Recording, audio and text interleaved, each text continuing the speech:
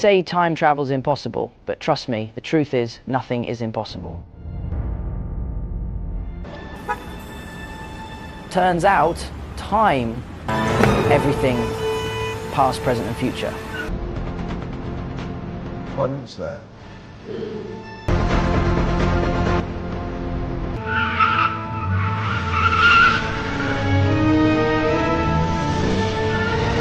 Et si pour réussir à vendre, vous deviez acheter gratuitement, je dis bien acheter gratuitement, la confiance de vos clients, que feriez-vous? Voilà en réalité la question que devraient se poser tous les vendeurs, puisque je suis sûr et certain que vous faites tout, mais vraiment tout, pour que vos clients puissent avoir confiance en vous.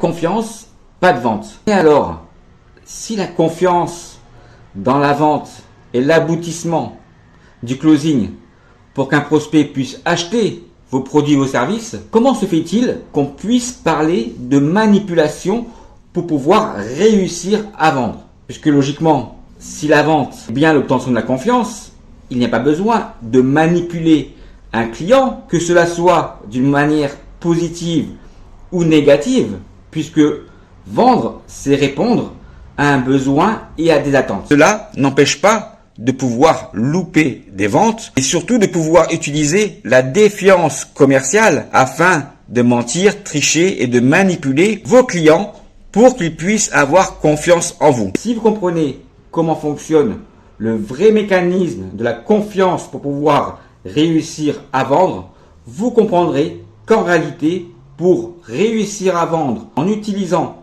le bon fonctionnement du mécanisme de la confiance, à aucun moment, vous n'avez besoin de manipuler votre client. Maintenant, et lors d'un prochain rendez-vous, imaginez que pour pouvoir réussir à vendre, c'est à vous d'acheter la confiance de vos clients gratuitement. Que feriez-vous? Voilà la vraie raison pour laquelle on parle de manipulation commerciale pour pouvoir réussir à vendre. Toutes les personnes qui vous parlent de manipulation dans la vente, que cette manipulation puisse être positive ou négative, ne savent pas comment fonctionnent les 4 paramètres les plus importants pour un acheteur du fonctionnement de la vraie confiance dans la vente. Finalement, la seule chose que je ferai pour pouvoir réussir à vendre en étant certain de pouvoir acheter gratuitement la confiance de mes clients, est d'utiliser l'unique processus du fonctionnement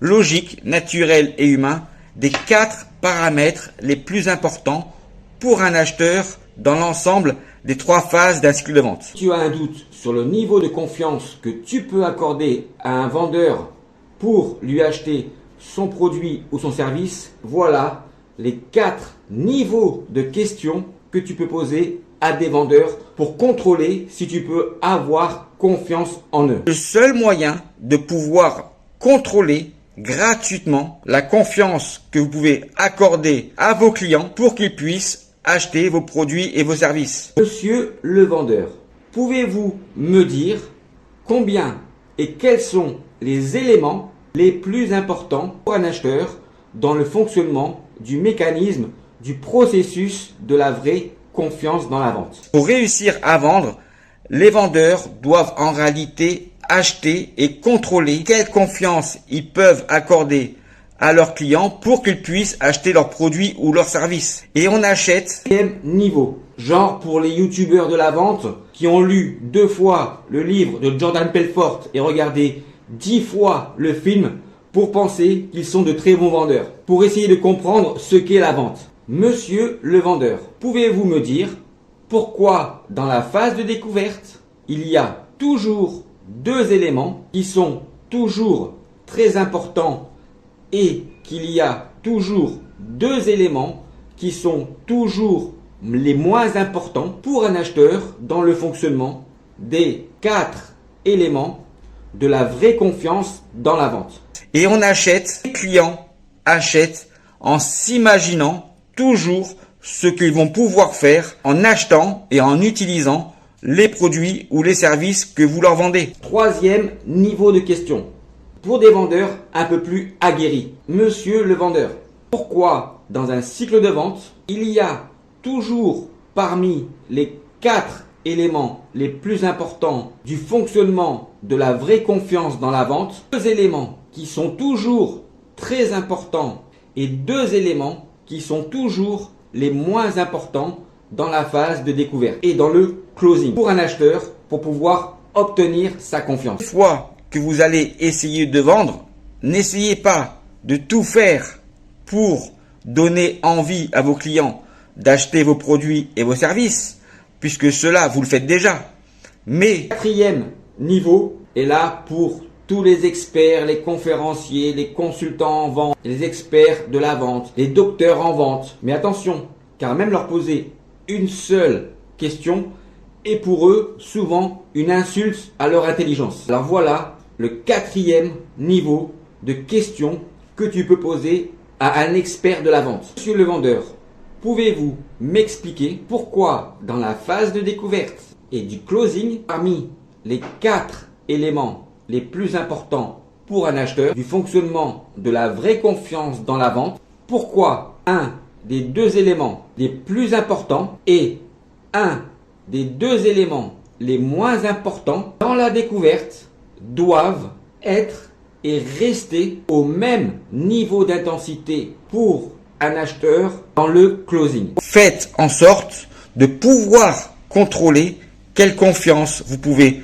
accorder à vos prospects pour qu'ils puissent devenir vos clients. Et vous verrez à ce moment-là tout ce qu'il va vraiment changer pour vous dans votre processus commercial en vous challengeant vous-même, en vous disant que pour pouvoir réussir à vendre, vous allez devoir acheter gratuitement la confiance de vos clients. Les 4 niveaux de questions que tu peux poser auprès d'un vendeur en fonction de son degré d'expérience pour savoir si tu peux lui faire confiance. Alors, paraît-il maintenant que pour réussir à vendre, il faut savoir se faire acheter. Alors, je ne sais pas du tout ce que vous pensez, mais pour moi, ce n'est pas du tout de la vente. Puisque la vente, effectivement, a pour objectif de faire acheter nos produits et nos services. Peut-être à travers nous, bien sûr, à travers notre performance commerciale. Mais est-ce que pour réussir à vendre, nous devons nous faire acheter? Et les personnes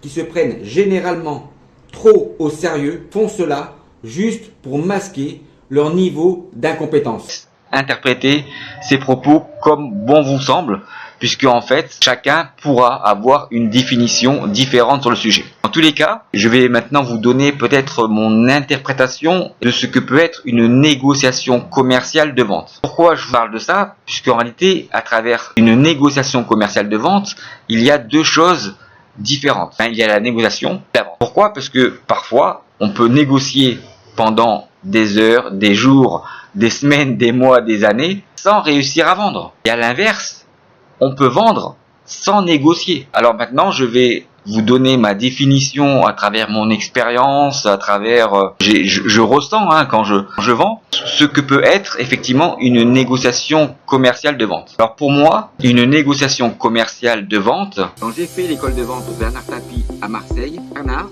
nous a toujours appris qu'une négociation commerciale a pour but d'amener un client ou un prospect par une technique d'entretien appropriée à adhérer à une proposition inhabituelle. Voilà ce que nous a toujours appris Bernard. Alors, si vous pensez qu'une offre commerciale inhabituelle est forcément une arnaque commerciale, cela veut certainement dire que vous n'avez pas compris ce qu'est une négociation commerciale de vente. Et vous utilisez la défiance commerciale pour essayer de ne pas perdre vos deals plutôt que de les gagner en utilisant le fonctionnement unique, logique, naturel et humain de la confiance dans la vente. Mais si vous pensez que retourner le cerveau d'un client et que forcément votre client ne doit pas prendre le risque de vous faire confiance, cela veut dire que vous pensez comme un vendeur à la place d'un client et sans vous mettre à la place d'un acheteur qui doit forcément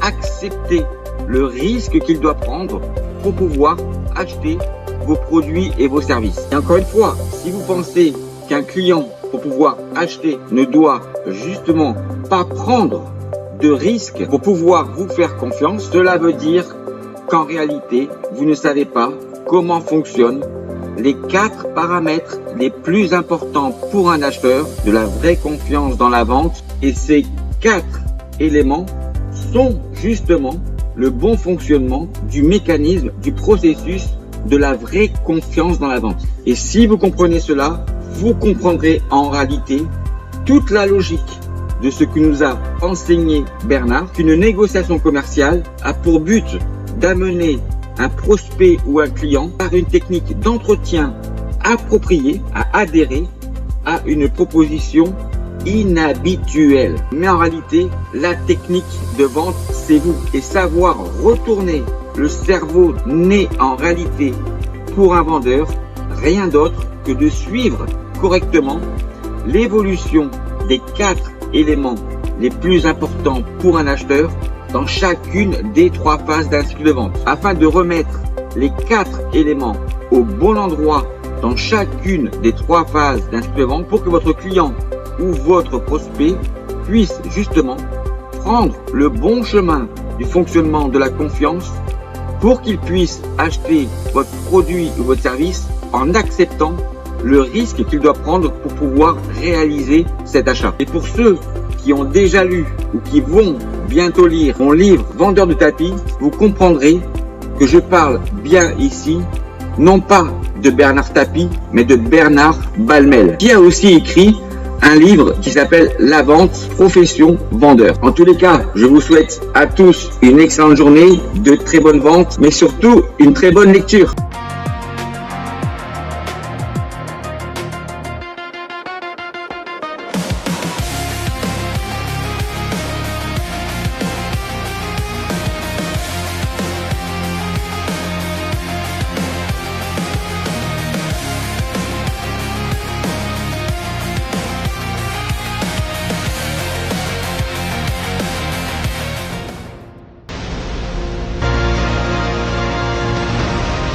Are you sure this is going to work?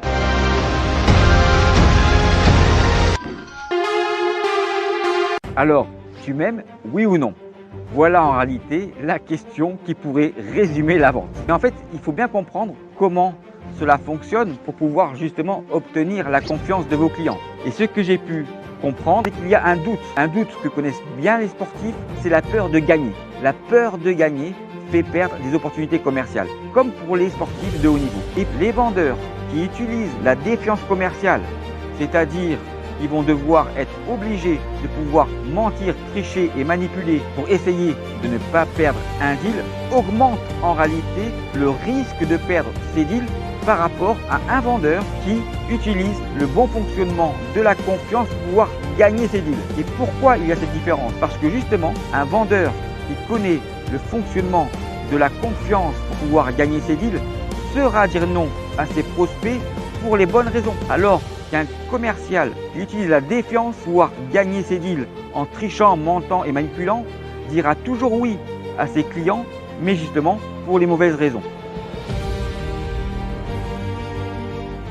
90% des gens, plus de 90% des gens ne savent pas comment fonctionne l'unique mécanisme du processus logique, naturel et humain des 4 éléments les plus importants dans l'ensemble des 3 phases d'un cycle de vente du fonctionnement de la vraie confiance. Plus de 90% des gens, aussi bien des vendeurs et des acheteurs ou des acheteurs ou des vendeurs, que nous sommes tous en réalité dans notre quotidien et dans notre vie. Mais ce qui est encore plus surprenant, 100% des personnes, aussi bien des vendeurs que des acheteurs, que des vendeurs, 100% des personnes n'a pu remettre en cause le bon fonctionnement unique, logique, naturel et humain du fonctionnement des 4 éléments les plus importants pour un acheteur dans l'ensemble d'un cycle de vente pour pouvoir obtenir sa confiance. Dites-moi maintenant en commentaire ce que vous en pensez sur le fait que 100% des personnes n'ont jamais pu remettre en cause le bon fonctionnement unique, logique, naturel et humain des 4 paramètres les plus importants pour un acheteur et que plus de 90% des gens ne savent pas comment fonctionne ce mécanisme. À bientôt.